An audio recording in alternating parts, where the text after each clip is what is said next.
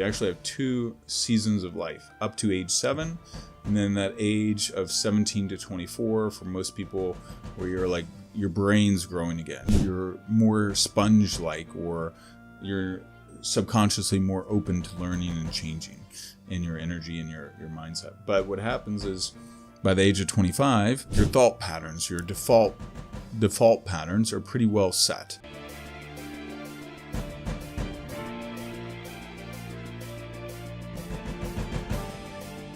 I'm not a specialist in trauma. I know you are. So is this like a self-defense mechanism that the mind has to protect itself, right? Yeah, exactly. It is, and here's a pretty this book, Healing Trauma, by Dr. Peter Levine, tells a story of polar bears in 1980s. All right, and this was a huge breakthrough in our understanding of trauma and why we're so different as humans versus much of the rest of the animal kingdom. Well, in the early 1980s, they're researching like polar bears. They would chase them down with a helicopter, shoot them with a tranquilizer gun, carry them back to the base, measure their vitals, put a little orange tag in their ear, just make sure it's population count, make sure things are good and all that.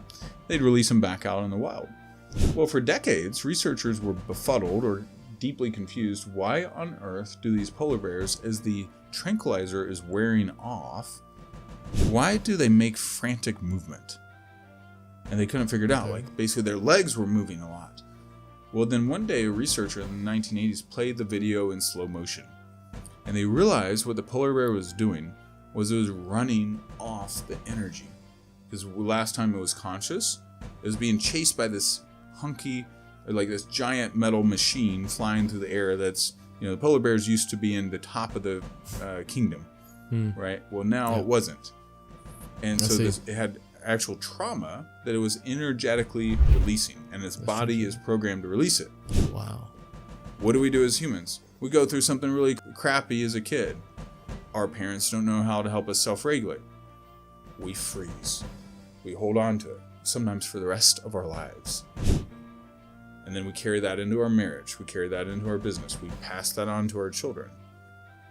And it just affects every area of your life. Mm-hmm. Yep. Wow. Yeah, that is mad. We'll come back to that later. It's very interesting. I just wanted to continue with the book, the life-death experience analysis of your time and energy. What do you mean by that? Yeah, so what I look at, a big piece of what I see with a lot of my leaders is sometimes they're on the edge of burnout. Like I have a client I'm meeting with on Friday. We did a session, and this will be our second coaching call. And she has been on the edge of burnout. And it's because she's had way too many things in her life that bring her death versus the things that juice her, that make her alive, make her excited, right? So Trains her, yeah, so think of like, there's probably some things that you just hate doing. I know you're only 19, but... Yeah, I hate running. Running, yeah. So imagine part of your day, you had to go run for like 8 kilometers a day. And yeah, that's awful. And then you were just hanging out with a bunch of runners, like people that love running, and you hate running. You're like, so guess what? If that's all you had access to, then you know what? You would start burning out. But sometimes, like one of the leaders, one of the CEOs that I've worked with, his whole day was stacked with administrative meetings. He thought he had to be in all these project meetings and all these things. And he's a visionary CEO. He's not a guy that's supposed to be managing all the details. And so guess what? He was hating his role. Hating it, yeah. Even though he made more money than he'd ever made in his life the year before.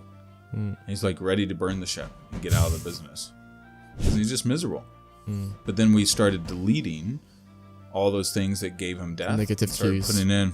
Yeah, and started giving him, like, what brings you life, David? What do you enjoy? What excites you? And we started adding those things back into his life. 1 month later, he went from being depressed and ready to get out of the business to being more inspired and excited about his business than he'd been in 2 years.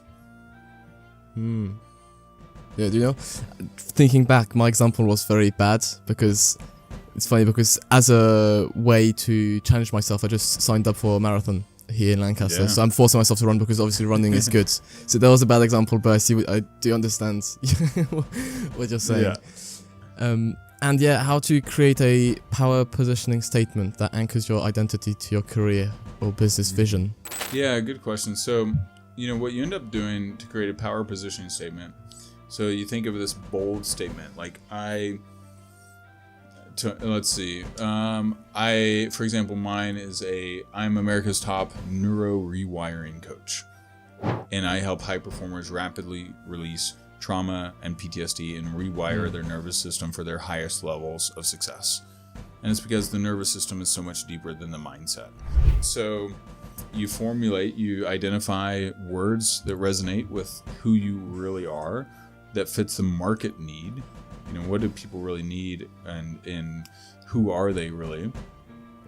And then you start just basically creating what I would call a power positioning statement, where you're ideally the only one, or one of the few.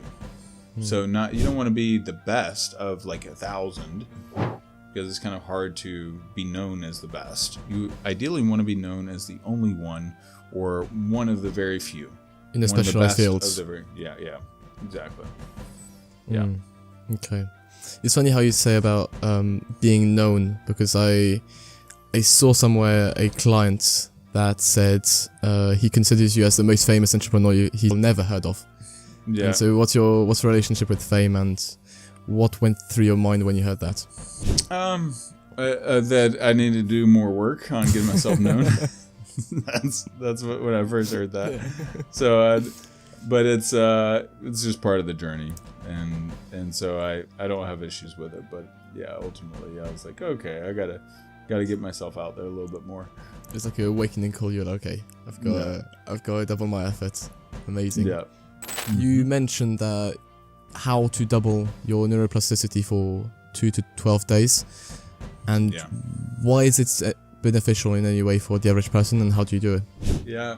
So a couple things. When you think of how like you're still in a heightened period of neuroplasticity, you actually have 2 seasons of life, up to age 7, and then that age of 17 to 24 for most people, where you're like, your brain's growing again, you're more sponge-like, or you're subconsciously more open to learning and changing in your energy and your mindset. But what happens is, by the age of 25, it's like your thought patterns, your default patterns are pretty well set. Now, neuroplasticity means that I can change faster. The more neuroplasticity, the more flexible my brain or nervous system is, versus the less rigid. Why that's important is, essentially almost all growth is predicated on neuroplasticity. So, and when I learn something new, and we all are learning something new every day, but it might just be incremental versus rapid. You think of how fast a kid grows from 0 to 7. They are growing like crazy. You're growing really fast right now. But once you get to full-fledged adulthood, you can't recreate that as easily. So, using plant medicines, mainly the ones that I recommend the most are MDMA or sassafras, which are, MDMA is a synthetic, but then psilocybin and the magic mushrooms, you create this massive surge of neuroplasticity. In fact, the first 3 to 6 hours is the acute subjective experience, and that's where your nervous system is more open to change and growth than at any point in your lifetime, including when you're a little kid. But then you have this, and so that's why, like, when I'm dealing with trauma, or I'm helping someone to elevate their money mindset, I can do so much in that 3 to 6 hour window, versus a normal window of normal just meditation or guided breath work, where I'm trying to access the subconscious. I can pretty much guarantee I'm going to get into the subconscious and be able to heal, shift, re-pattern your nervous system. So it's almost a guaranteed outcome. And that second window is the critical period of reopening, which is after you come down from the high of the medicine. Then you have 2 weeks, up to 2 weeks, depends on the substance, but like ketamine is 48 hours, MDMA and psilocybin is a little over 2 weeks. and you have this opening of your neuroplasticities back to the levels of like you right now, age 19, or when you were a little kid. So you're at this heightened state of growth, and what you do in those next 2 weeks is really important. So anyway, so that's a big piece of what you got to do.